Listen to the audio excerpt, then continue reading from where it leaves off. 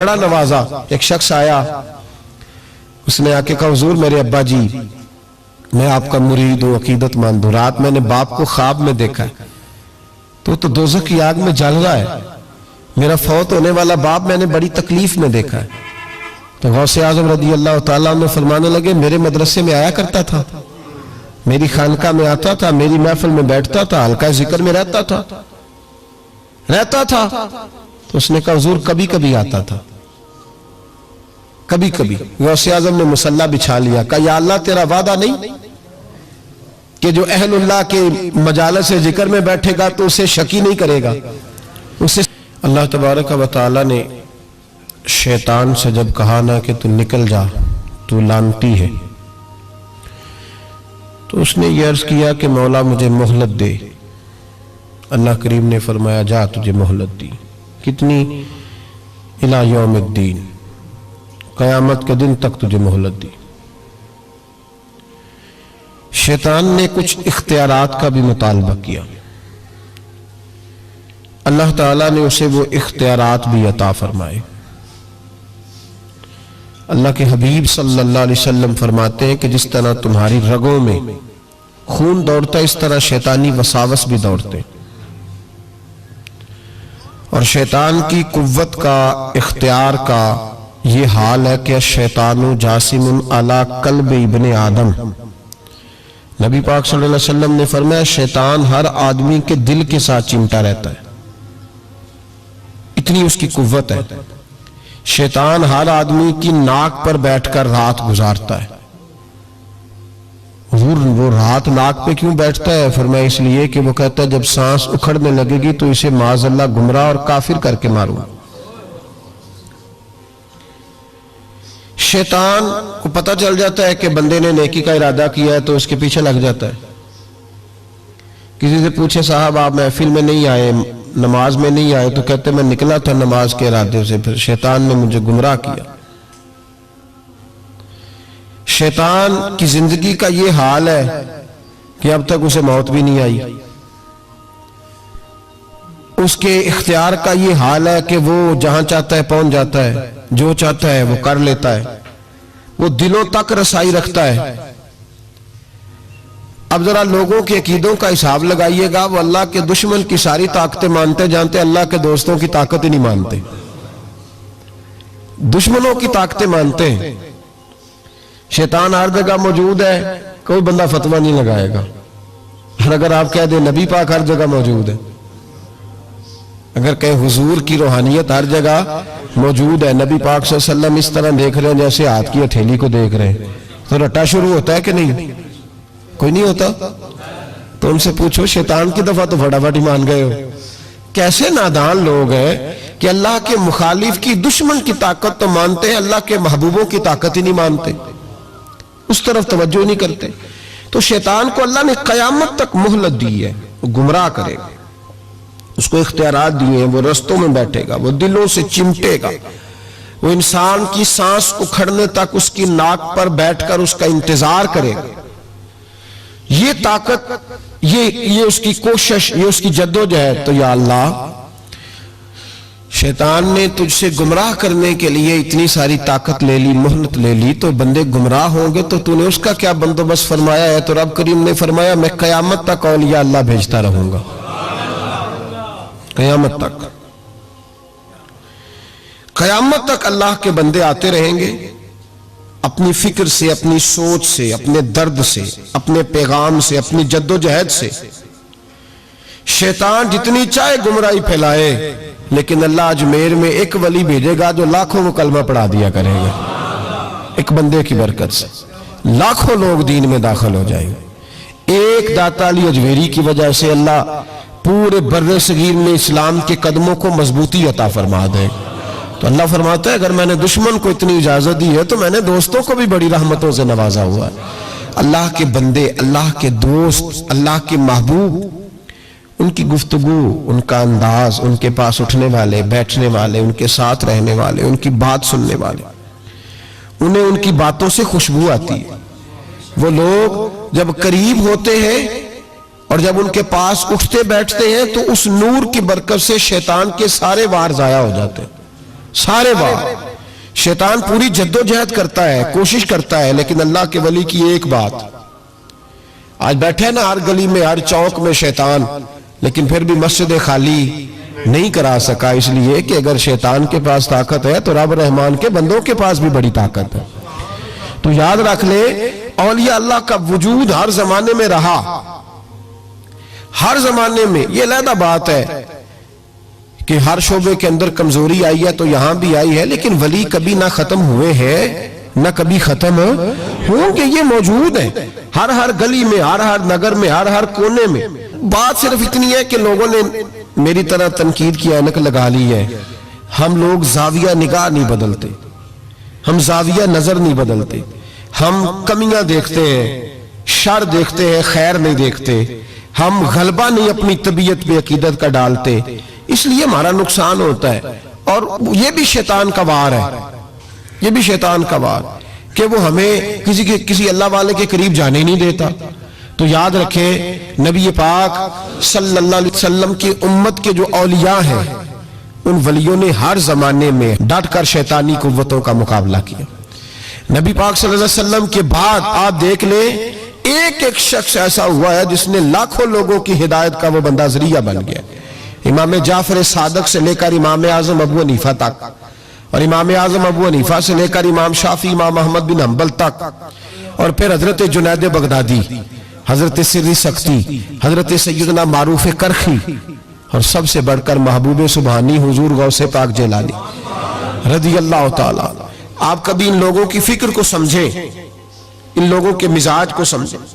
ان کی باتیں ایسی ہوتی تھی کہ ایک ایک جملے سے دلوں میں انقلاب برپا ہو جاتا تھا، ایک ایک بات سوچ کے زاویے بدل دیتی تھی، افکار اور نظریات میں تبدیلی آ جاتی تھی۔ وہ علیحدہ بات ہے کہ سارا رٹا 11ویں کا رہ گیا ہے، لوگ سمجھتے ہیں 11ویں اصل ہے، اسی پہ مناظرہ، اسی پہ۔ اور یہ بھی مخالفوں کی سازش ہے کہ وہ بزرگوں کی کچھ باتوں کو مناظروں کا رنگ دے کے ان کی اصل تعلیمات سے لوگوں کو دور کر دیتے ہیں۔ 11ویں تو ایک مستحب فعل ہے، 11ویں یعنی کرائے تو ثواب ہے، کوئی نہ کرائے تو گناہ۔ کتنے گھر ہیں جن میں 11ویں نہیں پکتی؟ کسی نے کبھی فتویٰ دیا ہے کافر ہو گئے معاذ اللہ، یہ گناہگار ہو گئے۔ 11ویں، اور جو پکانے والے ان سے بھی ایک گزارش ہے کہ 11ویں مستحب ہے، اس کے لیے مسجدوں میں اعلان نہیں کرنے چاہیے، اس کے لیے فجر سے پہلے سپیکر نہیں کھول جانا چاہیے کہ سارا محلہ چندہ دے 11ویں پکانی ہے، مستحب فعل ہے، اور مستحب کے لیے سوال کرنا منع ہے، منع ہے سوال کرنا۔ اعلیٰ حضرت نے لکھا ہے کسی نے عمرے پہ جانا ہے، دل تڑپ رہا، پھر بھی اس کے لیے سوال کرنا منع ہے، کسی کو کہہ نہیں سکتا کہ میں نے جانا ہے۔ حالانکہ نبی پاک کے روزے کی حاضری اگر کسی نے ایک دفعہ بھی نہیں دی، اعلیٰ حضرت فرماتے ہیں حضور کے روزے پہ جانا امت کے لیے واجب ہے، تو اس کے لیے جب سوال کی اجازت نہیں تو مستحب کام کے لیے لوگ سویرے سپیکر کھول لیتے اور جناب گلے لگے ہوئے یہاں 11ویں کا حصہ ڈالو، تو 11ویں کا یہ مقصد نہیں۔ لنگر شریف تبرک ہے، برکت ہے، شفا ہے، سارا کچھ ہے، لیکن اس کے لیے سوال کرنے کی اجازت نہیں ہے۔ اپنی مرضی سے کچھ لوگوں کو توجہ اگر ہے اور وہ مل کے کوئی ایسا بندوبست کر لیتے ہیں تو اس میں منع نہیں، لیکن اس کو جو اس کا شریعت کے اندر درجہ ہے اس درجے میں رکھا جائے، اس میں مناظرے ہوتے ہیں، بحث ہوتی ہے۔ حالانکہ 11ویں اصال ثواب کی ایک قسم ہے، 11ویں اصال ثواب کی ایک، کل شریف بھی اصال ثواب ہے، 10واں بھی، 40واں اصال ثواب، یہ ساری قسمیں اصال ثواب کی ہیں۔ آپ کل شریف کہتے ہیں، ہندوستان والے تیجا کہتے ہیں، ہم اپنی سہولت کے لیے کل شریف کا ختم جا کے چوتھے دن بھی رکھ لیتے ہیں۔ کبھی کسی عالم نے کہا نہیں ہوتا، کیونکہ مستحب ہے، اس کے لیے تعین وقت صرف سہولت کے لیے کیا جاتا ہے۔ تو 11ویں ایک اصال ثواب ہے۔ بہت سارے لوگ 11 ربیع الثانی کو کرتے ہیں، بہت سارے 12 کو کرتے ہیں، 14 کو کرتے ہیں، اور ہمیں محفل میں جانے کا موقع ملتا رہتا ہے، سارا سال ہی 11ویں پکتی رہتی ہے۔ لوگوں نے اپنی سہولت کے لیے وقت رکھا ہوا ہے، کسی نے 17 تاریخ رکھ لی ہے، کسی نے 18 رکھ لی ہے۔ تو غوث اعظم رضی اللہ تعالیٰ عنہ کی جو اصل چیز ہے وہ ان کی کرامت ہے۔ پھر ہمارے یہاں ایک اور بحث چلتی ہے کہ اللہ کے ولی کچھ دے سکتے ہیں کہ نہیں دے سکتے، اللہ کے ولی کچھ دے سکتے ہیں کہ، میں نے پہلے کہا ہے شیطان دے سکتا ہے، گمراہی پھیلاتا ہے۔ کبھی کسی بندے نے فتویٰ نہیں لگایا کہ مولانا یہ آپ کیا کہہ رہے ہیں، حالانکہ کسی بندے سے بھی پوچھو نا، وہ کام سارے خود کر رہا ہوتا ہے، ڈال شیطان پہ رہا ہوتا ہے، وہ فارغ ہو جاتا ہے، کہتا ہے اس نے مجھے کرنے نہیں دیا۔ وہ خدا کے بندے تو قدم تو بڑھا،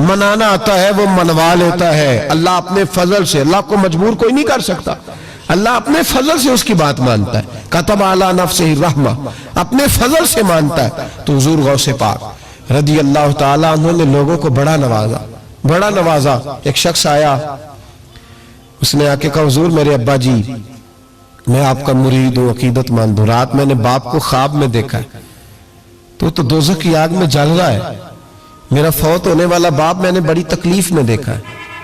تو غوث اعظم رضی اللہ تعالیٰ عنہ فرمانے لگے میرے مدرسے میں آیا کرتا تھا, میری خانقاہ میں آتا تھا, میری محفل میں بیٹھتا تھا, حلقہ ذکر میں رہتا تھا. تو اس نے کہا حضور کبھی کبھی آتا تھا, کبھی کبھی. غوث اعظم نے مصلی بچھا لیا, کہا یا اللہ تیرا وعدہ نہیں کہ جو اہل اللہ کے مجالس ذکر میں بیٹھے گا تو اسے شکی نہیں کرے گا, اسے صحیح. اور یہ مسلم شریف کی حدیث ہے. اب مسئلہ یہ بن گیا, پہلے سنی دلیل نہیں مانگتا تھا, کہتا ٹھیک ہے, اب سنی بھی کہتا ہو نہیں یہ آپ کیا کہہ رہے ہیں, یہاں ہمارے اندر بھی کمی ہے. نا اللہ کے ولی کے منہ سے جو نکلتا ہے وہ رب کی رضا والا جملہ ہوتا ہے. میری اب طبیعت نہیں مانتی, میں بہک ہونے لگا ہوں, میرا نہیں طبیعت مانتی کہ اپنے لوگوں کو دلیلیں دی جائیں. ہم تو ماننے والے لوگ ہیں, ہمارے لیے تو بزرگوں کا اشارہ بہت کافی ہونا چاہیے. مولانا امجد علی اعظمی صاحب اعلیٰ حضرت کے خلیفہ ہیں, وہ کہتے ہیں کہ دن میں نے تقریر کی, تقریر کے بعد ایک شخص نے مجھ سے حوالہ پوچھا تو میں ساری رات روتا رہا.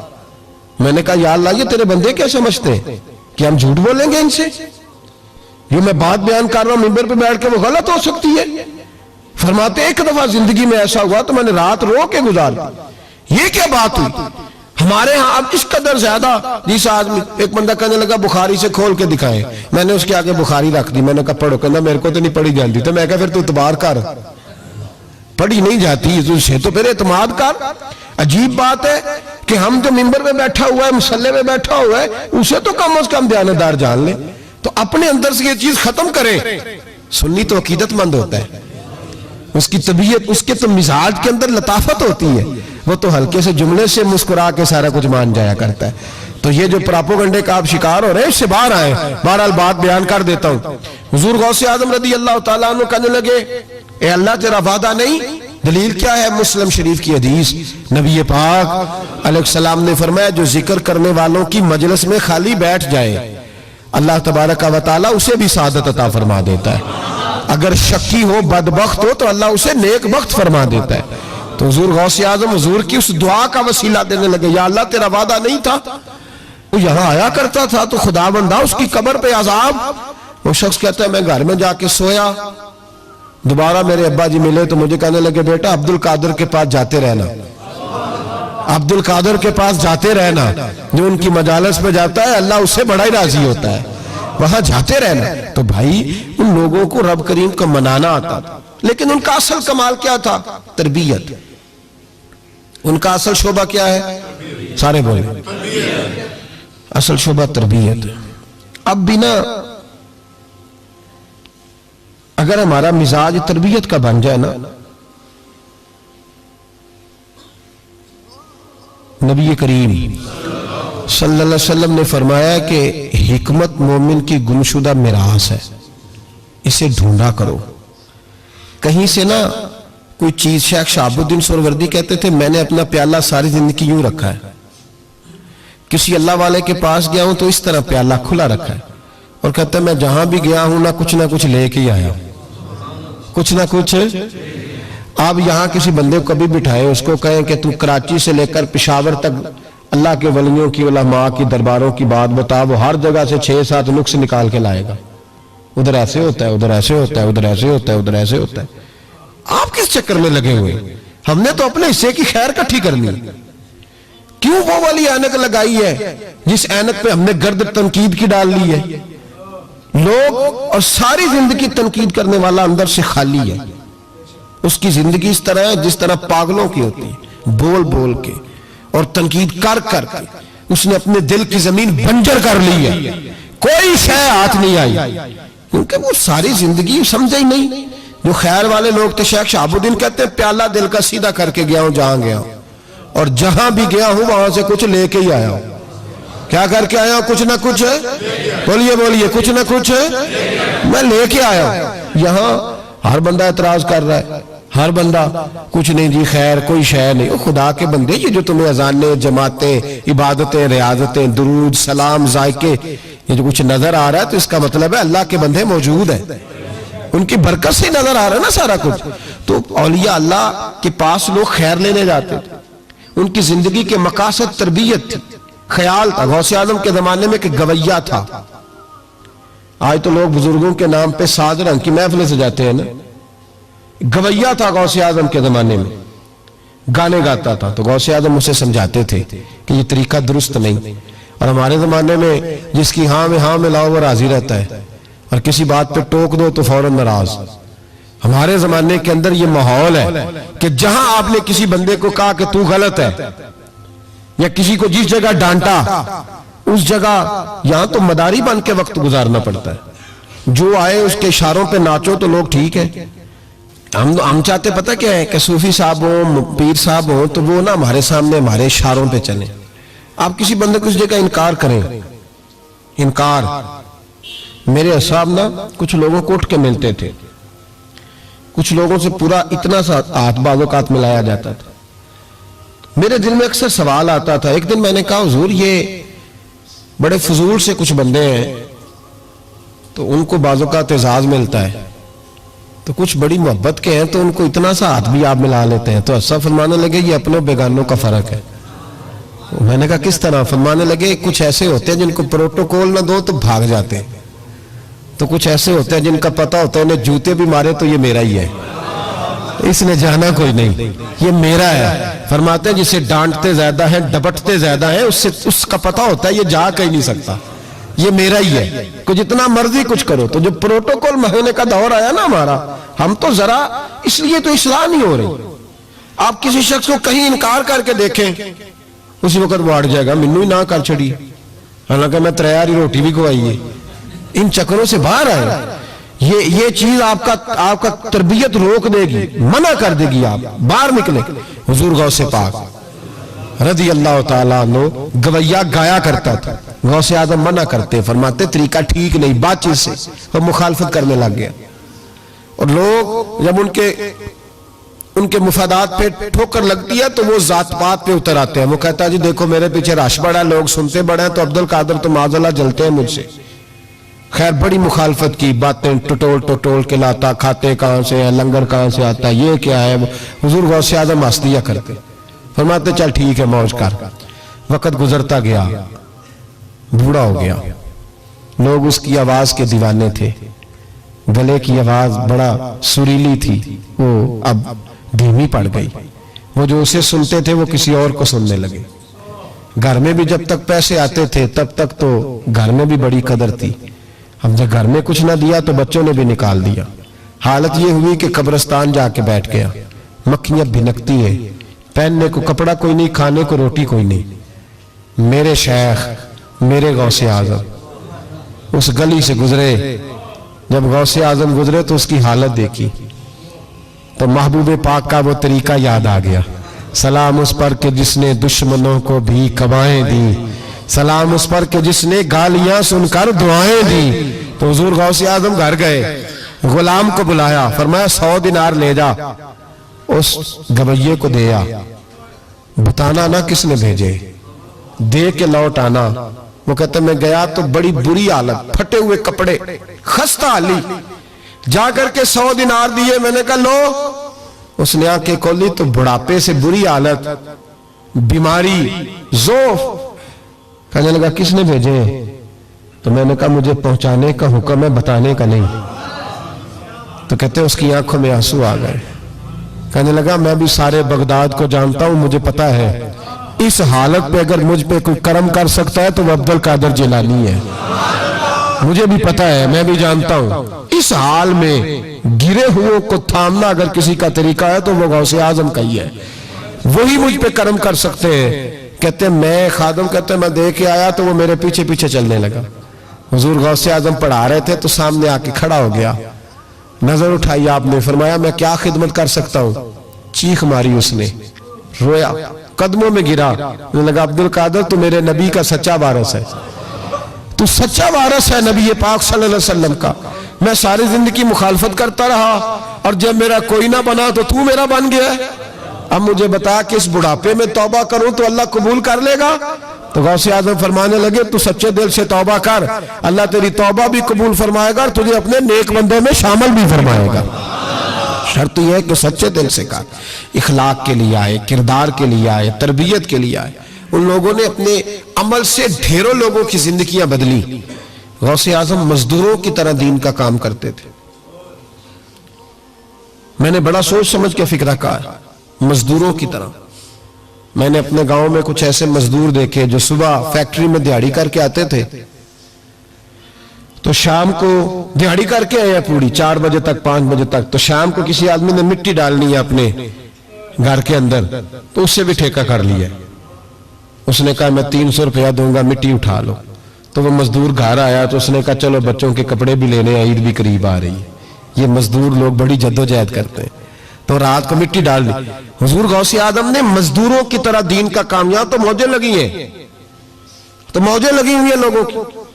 یہاں تو لوگ ساد رنگ میں مست ہو کے کہتے ہیں بس ٹھیک ہو گیا جی، ہم بڑے پکے ہیں ان کے ماننے والے.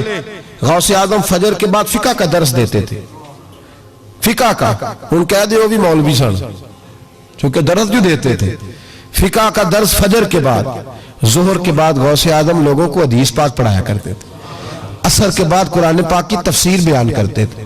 ہر روز رات کو عشاء کے بعد دور دراز سے مخلوق آتی تھی، لاکھوں کا مجمع ہوتا تھا اور غوث اعظم وہاں رسول اللہ کا دین لوگوں کو سمجھایا کرتے تھے. 1000 آدمی کاغذ قلم لے کے عالم بیٹھا کرتے تھے. غوث اعظم جو تفسیر بیان کرتے اسے لکھا جاتا تھا. یہ حضور غوث اعظم کا طریقہ ہے. غوث اعظم بغداد کی جامع مسجد کے خطیب تھے. وہ خطیب تھے مسجد کے. جامعہ نظامیہ کے نام سے غوث اعظم نے مدرسہ بنایا ہوا تھا. وہ ایک ادارے کے پرنسپل تھے. جسے الف با سیدھی پڑھنی نہ آئے وہ کہے میں بڑا ولی ہوں، مجھے غوث پاک کا فیض ہے. تجھے کس طرح کا فیض ہے؟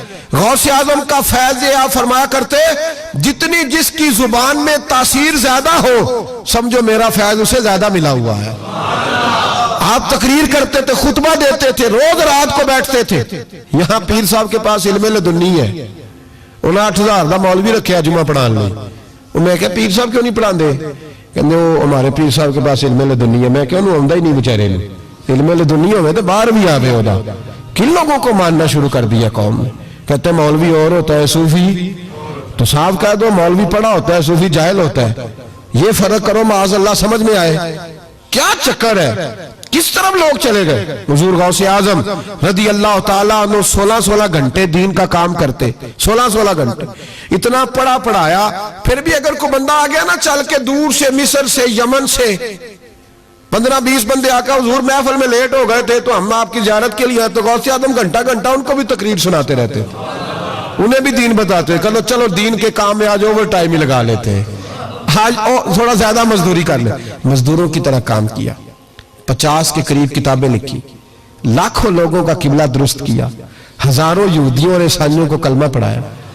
حضور غوث اعظم رضی اللہ تعالیٰ عنہ نے مجاہدین تیار کیے. میرے ذمہ راہ حوالہ صلاح الدین ایوبی جب جنگیں لڑ رہے تھے تو بیت المقدس کے باہر کھڑے ہو کے کہتے تھے مجھے معمولی نہ سمجھنا، میں عبد القادر جیلانی کے مدرسے کا پڑھا ہوا ہوں، مجھے کوئی معمولی نہ سمجھے، میں غوث اعظم کا. اور 70,000 کی فوج جو صلاح الدین، یہ لوگ جہاد کریں گے بیچارے جو صرف چندے اکٹھے کرتے ہیں، کبھی بیت المقدس کے نام پہ اور کبھی کسی نام پہ ساری دن کی کھالیں جمع کر کے کھا گئے.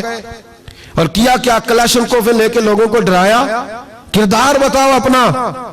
اور ہر رسالے میں یہ آپ سے چندے لیتے ہیں، میں آپ کو ان کے رسالے دکھاؤں گا. آپ کی کھالے لے جاتے، آپ سے چندہ لیتے، مہینے کا رسالہ نکالتے. ہر رسالے میں کبھی داتا صاحب کے خلاف لکھتے. انہوں نے اپنے رسالے میں لکھا لاہور میں جو علی اجویری کا مزار ہے وہ شرک کا اڈا ہے، اور دیو کھلا ہے انہوں نے، اور چندے دو ان کو. یہ تو جنازے اشتہار لگا کے پڑھاتے ہیں. میلاد کی محفل بدعت ہو گئی. کس صحابی نے اشتہار لگا کے جنازہ پڑھایا ہے؟ فلانے کا جنازہ ہے تو اتنے بجے اشتہار لگا دو. کس کی سنت ہے؟ کیا تماشا لگایا ہوا ہے. اور ہماری قوم ہے کہ مست ہے، پتہ ہی کوئی نہیں. بہلانے والے سب تمہارے یار ہو گئے، سمجھانے والے مفت گناہگار ہو گئے. کبھی ولیوں کے دشمنوں کی وجہ سے بھی جہاد ہوا ہے. صلاح الدین ایوبی کھڑے ہو کے کہنے لگے فلسطین میں، فرمایا میں لڑوں گا اس لیے کہ میں عبد القادر کے مدرسے کا طالب علم ہوں، اور فرمانے لگے یہ 70,000 فوج میرے ساتھ ہے، ساری غوث اعظم کو ماننے والی ہے، انقلاب غوث کے ماننے والے لائیں گے، یہ لوگ انقلاب برپا کریں گے جن کے دلوں میں بغض رہتا ہے اللہ کے ولیوں کا۔ اور ہر رسالے میں کبھی یہ کون سا جہاد ہے، کبھی بابا فرید کے خلاف لکھتے، کبھی غوث اعظم کے خلاف لکھتے، شرم نہیں آتی؟ کھالوں سے تم نے پجارو خریدی ہوئی ہے، کھالیں کٹھی کر کے تم نے کلاشنکوف لی ہوئی ہیں، مکانوں میں رہتے ہو، اور قوم ہے کہ وہ دیکھتی نہیں۔ اور بھائی دنیا میں رہنا ہے تو کچھ پہچان پیدا کر۔ لباس خضر میں یہاں سینکڑوں رہزن بھی پھرتے ہیں، ہر داڑھی پگڑی والے کو دیندار نہ سمجھ لیا کرو، خدا را یہ پہچان پیدا کرو، جس کے مرضی پیچھے لگ جاتے ہو۔ حضور غوث پاک شیخ عبد القادر جیلانی رضی اللہ۔ اور آج کل کی میں جاتا ہوں نا محفلوں پہ تو میں دوستوں سے کہتا ہوں، آپ کوئی دوست ٹائم لینے آتے تو میں پوچھتا ہوں محفل کیوں کرانی ہے؟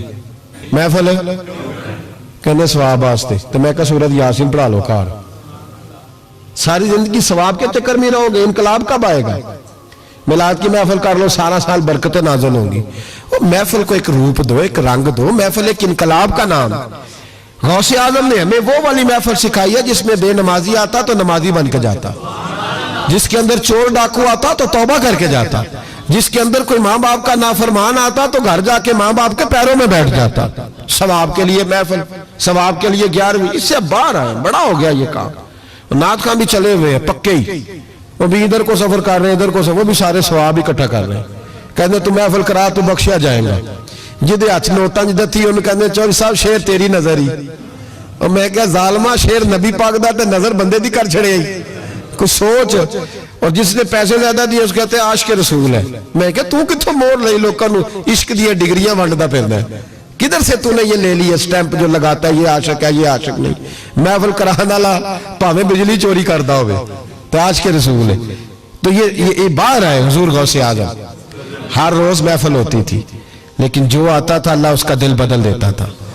اور چونکہ ریاکاری نہیں تھی، تسنع نہیں تھی، بغداد میں محفل ہو رہی، غوث اعظم تقریر کر رہے ہیں، بارش شروع ہو گئی، لوگ بکھرنے لگے، تو حضور غوث اعظم رضی اللہ تعالیٰ عنہ سر جھکا کے کہنے لگے مولا تو دلوں کے بھید تو جانتا ہی ہے نا، اگر یہ بندے میں نے اپنے لیے اکٹھے کیے تو سارے بھگا دے، اور اگر تیرے لیے اکٹھے کیے تو پھر بھی تیری مرضی ہے، تو دلوں کے بھید جانتا ہے۔ لوگ کہتے ہیں سارے بغداد میں بارش ہوتی تھی، جہاں غوث اعظم کا جلسہ ہوتا تھا وہاں نہیں ہوتی تھی، وہاں نہیں ہوتی تھی، اس لیے کہ انہیں اللہ کو منانا آتا تھا، انہیں طریقہ پتا۔ حضور غوث اعظم نے اپنی گفتگو سے، تقریر سے، خطبے سے، الفتح الربانی حضور غوث اعظم کی تقریروں کی کتاب چھپی ہوئی ہے، آپ کے ملفوظات ہیں، آپ کے خطبے۔ وہ بھائی اس کو لوگ معمولی کام سمجھتے ہیں، بس ثواب کے لیے کر لو، خدا را غوث اعظم کا طریقہ تو سمجھو۔ اور پھر تبلیغ فرمائی، دین کا کام کیا، نذرانے نہیں بٹورے، نذرانے نہیں بٹورے، اور اس طرح نہیں کہ مولوی صاحب کا سیاست سے کوئی تعلق نہیں، میرے لاکھوں مرید ہیں، میں نے نہیں چھیڑنا حکومت کو، ایسے نہ ہو جائے حکومت میرے خلاف ہو جائے، یہ کوئی چکر نہیں۔ بادشاہ وقت آیا نذرانہ دینے، وقت کا بادشاہ نذرانہ دینے آیا، وہ کہتا میں رستے میں سوچ رہا تھا کہ اگر یہ ولی ہوئے تو مجھے پتہ چل جائے گا، اگر تو انہوں نے سیب کھلائے نا، سیب کا موسم نہیں، پھر تو ولی اللہ ہے، اور اگر سیب نہ کھلائے تو پھر نہیں میں مانتا۔ ٹھیک ہے نا جی، جس طرح کے آج مرید ہوتے ہیں لوگ، کہتے ہیں سیب کھلائے تو پھر بادشاہ تھا نا، تو کہتے ہیں میں 2 تھیلیاں شرفیوں کی بھی لے گیا کہ پیر صاحب کو پیسے دوں گا تو ذرا نرم بھی ہو جائیں گے میرے حق میں، پیر ہو جائے تو ذرا نرم، اللہ ماشاءاللہ۔ کہتے ہیں میں گیا تو میرے دل میں خیال تھا اگر آج بے موسمہ سیب کھلائیں تو ولی مانوں گا۔ کہتے ہیں غوث اعظم نے یوں ہاتھ اٹھائے، موسم بھی نہیں تھا پر 2 سیب ان کے ہاتھوں میں آ گئے، اور آپ میری طرف سیب بڑھا کے کہنے لگے ولایت کو سیبوں سے نہیں تولنا چاہیے، تو سیبوں سے تولتا پھرتا ہے، یہ تو اللہ کی رضا والا کام ہے۔ یہاں کو تاجر تھوڑی محنت کرے، کھاد شاد ڈالے تو وہ بھی بے موسم پھل اگا لے گا، تو کس چیز سے میری ولایت چیک کر رہا ہے؟ یہ پکڑ چھری اور یہ پکڑ سیب اور کھا۔ کہتا میں نے کاٹ کے کھایا تو سیب کڑوا نکلا۔ غوث اعظم کہنے لگا کیا ہوا، کڑوا ہے؟ کہا حضور ہاں۔ تو نے اپنے ہاتھ سے کاٹ کے ایک ٹکڑا دیا، کہا کھاؤ۔ کھا کے کہنے لگا حضور آپ کے والا تو میٹھا ہے، تو سیب تو دونوں غیب سے آئے ہیں تو میرا کڑوا کیوں ہے؟ آپ کا فرمانے لگے غوث اعظم دونوں میٹھے تھے، ایک کو ظالم کے ہاتھ لگ گیا تو کڑوا ہو گیا ہے، میٹھے دونوں ہی تھے، تو ظالم ہے نا، ظلم کرتا ہے تو تیرے ہاتھوں کی وجہ سے کڑوا ہو گیا، ایک ہی تھے۔ اس نے 2 تھیلیاں اشرفیوں کی مصلے کے نیچے رکھی، کہنے لگا حضور نذرانہ ہے، فرمانے لگے ضرورت ہی نہیں، لے جا۔ اللہ کے بندوں کو دنیا داروں کے نذرانوں کی ضرورت ہے، اور ضد کرنے لگا حضور قبول کر لے۔ آپ فرمانے لگے جا تو جا، نہیں چاہیے، کہا حضور ضرورت نہیں، حضور قبول فرما لے۔ آپ نے فرمایا جا، کہا حضور لے لے، آپ کی مہربانی۔ فرمانے لگے اپنے کپڑے دیکھ اور میرے دیکھ، اپنی روٹی دیکھ اور میری دیکھ، میں تجھ سے اچھا کھاتا ہوں، تجھ سے اچھا پہنتا ہوں، میرا اللہ مجھے تجھ سے بہتر دیتا ہے، تو جا تو۔ اس نے کہا نہیں، قبول کر لے۔ غوث اعظم نے دونوں تھیلیاں اشرفیوں کی پکڑی، اور جب ان کو نچوڑا تو اندر سے خون نکلنے لگا۔ غوث اعظم فرمانے لگے غریبوں کا خون نچوڑ کے مجھے نذرانہ دینے آ گیا ہے؟ غریبوں کا خون نچوڑ کے؟ پیر صاحب نے کبھی پوچھا نہیں فیکٹری والے سے کہ تم مزدوروں کے ساتھ کیا علاج کرتا ہے؟ پیر صاحب نے کبھی سوال نہیں کیا کہ یہ جو لے کے آ رہا ہے کہاں سے لے کے آ رہا ہے؟ غوث اعظم رضی اللہ تعالیٰ عنہ فرمانے لگے میں تیرے پردے نہیں کھولنا چاہتا تھا، تو باز ہی نہیں آ رہا، غریبوں کا لہو نچوڑ کے تو مجھے نذرانہ دینے آ گئے ہو؟ فرمایا نکل جا، ورنہ یہ خون اتنا بہاؤں گا کہ تو بھی بہہ جائے گا، تیرا محل بھی بہہ جائے گا۔ لوگوں کا خون نچوڑ کے مجھے نظر نیاز دینے آ گئے ہو؟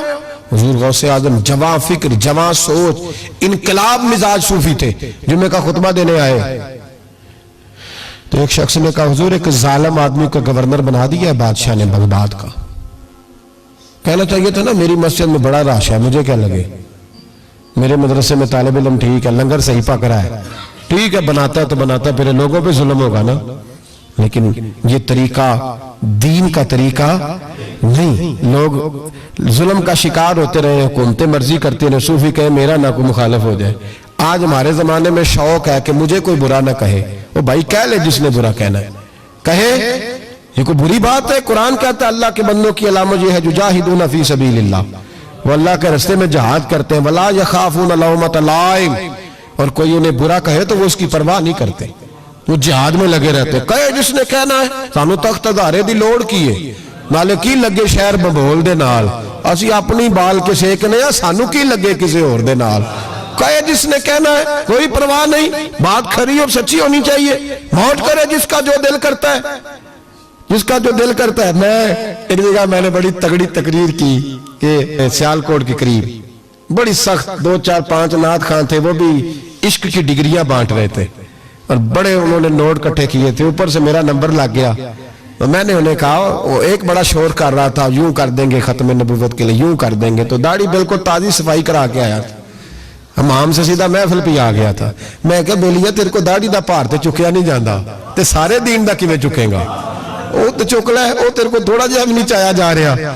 ایک اور تھا اس میں، مجھے کہنے لگا میں تو انہوں نوی نار سنانی، میں کہا تیری مہربانی منوں کو پرانی سنائی، نوے کلام میرے کو نہیں ہضم ہوندے جڑے تسی شروع کیتے ہیں ڈم ڈم، تو مسئلہ خراب ہو گیا۔ ایک پیر صاحب بھی بیٹھے تھے، آپ یقین کریں نبی پاک کی نعت ہو رہی ہے اور اشارہ پیر کی طرف ہو رہا ہے، اشارہ پیر کی، حضور کی نعت میں نبی پاک کی نعت ہو رہی اور اشارہ، بھی جو شعر حضور کے نام کیا وہ کسی پیر پہ فٹ کرنا درست ہے؟ وہ بھی مست ہویا 100 دے نوٹ کٹ کٹ کے دے رہے ہیں، میری گل ہو رہی، تو میں نے کہا شرم کرو، اللہ سے ڈرو، اور باہر نکلے رہے تو ٹائر پنکچر تھا گاڑی کا، گاڑی کا ٹائر پنکچر تھا، تو میں ایک بندے نو کیا بھی انہیں پہنچنا ہے، اس دن مجھے واپس وزیرآباد بھی آنا تھا، ٹائر پنکچر ہو گیا، تو میں نے کہنے لگا کسی نعت خانے کے علم آ رہا تھوڑی گڈی نو، تسی چھڑ دے نہیں نا کسی دی گل، تو انہیں دوجا بھی کر چھڑنا سی، وہ دی مہربانی سمجھو نے ایک کیتا ہے۔ یہ حال ہو گیا ہمارا کہ لوگ اب پوزیشن اس طرح کی کسی کو سمجھائے وہ مخالفت کرتا ہے۔ انہوں نے بعد میں میٹنگ کی، انہوں کہنے لگے تو کتھوں مولوی بلا لیا، اگوں نہیں آنجدہ بلائی، کس طرح کا آدمی تھا، سب کو اس طرح، اور بڑی بڑی عجیب حرکتیں۔ میں یہ لودرا ملتان سائٹ پہ 2-3 دن کے لیے تو نقیب محفل، وہ بےزتی کری جائے مجمع دی، تسی بول دے نہیں، تسی سبحان اللہ ہی نہیں آندے، ایڈا رکھا مجمع کدے نہیں ویکھے، کنج دے تسی بندے ہو، میں تسی یاد رہو گے، بوڑھے بوڑھے لوگ بیٹھے ہیں، ٹھنڈ کا موسم ہے، کری جا رہے، وہ میرے سے نہ برداشت ہوا، کبھی کبھی وہ رگ بڑی تنگ کرتی ہے، کچھ دیر تو میں نے برداشت کیا، تو بعد میں بول ہی پڑا، میں کہا بھائی بہ جا، تیری مہربانی، تو پیسے لے کے آئے، مفت آئے نہیں سارے، یہ چنگے نہیں پھر نہ لو، یہ فری بیٹھے مفت بیٹھے، تو پیسے لے کے، مجھے انہوں نے بتایا کہ 15,000 تو نے پہلے لیا، کس بات کا لیا ہے؟ تو یہ کوئی مذہب کا کام ہے؟ کیا چکر چلایا ہوا ہے؟ یہ کوئی طریقہ ہے؟ یہ اس طرح دین پھیلتا ہے؟ غوث اعظم جیلانی، حضور شیخ عبد القادر جیلانی، یہ لوگ اگر بادشاہوں کی ٹی سی کرتے تو انقلاب نہ برپا ہوتا۔ حضور غوث اعظم رضی اللہ، اور جو آ رہا ہے چودھری صاحب عاشق کے رسول ہیں، اس لیے کہ 50,000 دیا محفل میں، تو بس 50,000 کا عشق مل جاتا ہے۔ کیا تماشا لگ گیا، غریب آدمی میلاد کی محفل میں بھی ویڈیو کے پیچھے بیٹھتا ہے، نہ ساڑھ کو دتھی ہے نہ آگے انہیں ہے۔ کیا اس چکر سے باہر آئے؟ غوث اعظم رضی اللہ تعالیٰ عنہ اس لیے لتاڑ لیتے تھے یہ لوگ کہ ان کے اندر لالچ نہیں تھا، کسی شخص کے ساتھ کوئی ذاتی مسئلہ نہیں تھا۔ بڑی مخالفت کی لوگوں نے ان کے زمانے میں بھی ان کی۔ جمعہ پڑھانے آئے، ایک شخص نے کہا حضور ظالم آدمی گورنر بنا دیا بادشاہ نے۔ غوث اعظم نے منبر پہ چڑھ کے فرمایا میں جمعہ پڑھانے لگا ہوں، میرا جمعہ ختم ہونے سے پہلے میرا حکم ہے کہ بادشاہ گورنر بدل دے۔ یہ نہیں کہا میرا بیٹا بنا دے، میرا مرید بنا دے، وہ میرا رشتہ دار لگا دے۔ فرمایا حکم دیتا ہوں کہ جمعہ ختم ہونے سے پہلے گورنر بدل دو، ورنہ میرا نام عبد القادر جیلانی ہے، جمعے کے بعد میں خود بدل دوں گا، میں بدل دوں گا جمعے کے بعد۔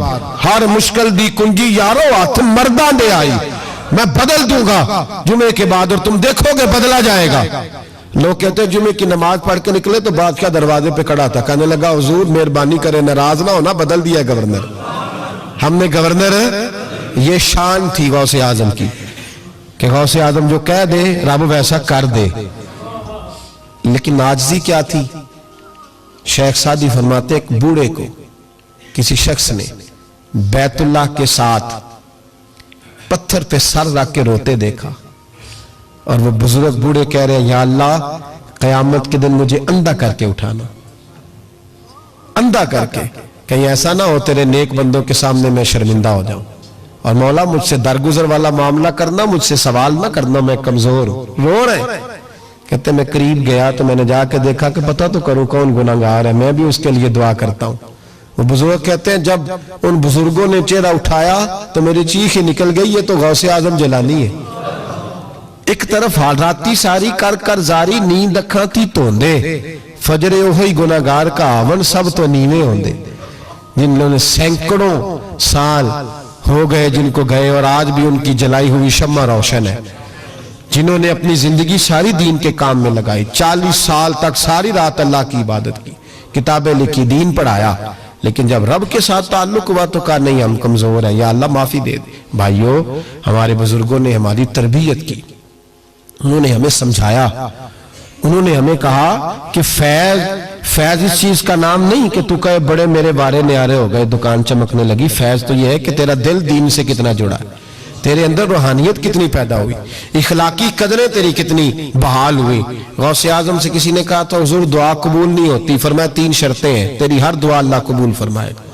کہا حضور کون سی؟ فرمایا رزق جب بھی کھانا حلال کھانا، اور تیری زبان سے کبھی رب کی ناراضگی والا فکرہ نہ نکلے، اور جب تو بات کرے تو نفس کے لیے کبھی نہ کر، اللہ کی رضا کے لیے کر۔ عبد القادر وعدہ کرتا ہے تو جو دعا بھی کرے گا مالک تیری قبول فرمائے گا۔ اپنے نفس کی رضا کے لیے، اپنے باطن کو خوش کرنے کے لیے سارا دن داستانے نہ چھیڑ، اللہ کی رضا کے لیے بول۔ ہم کتنا بولتے ہیں لیکن نفسانی باتیں، نفسانی خواہشیں، یہ کہنے کے لیے کہ لوگ نیچا دیکھ لیں گے کیا ہو جائے گا، خدا را اللہ کی رضا کے لیے جب بولیں گے تو اللہ راضی ہوگا۔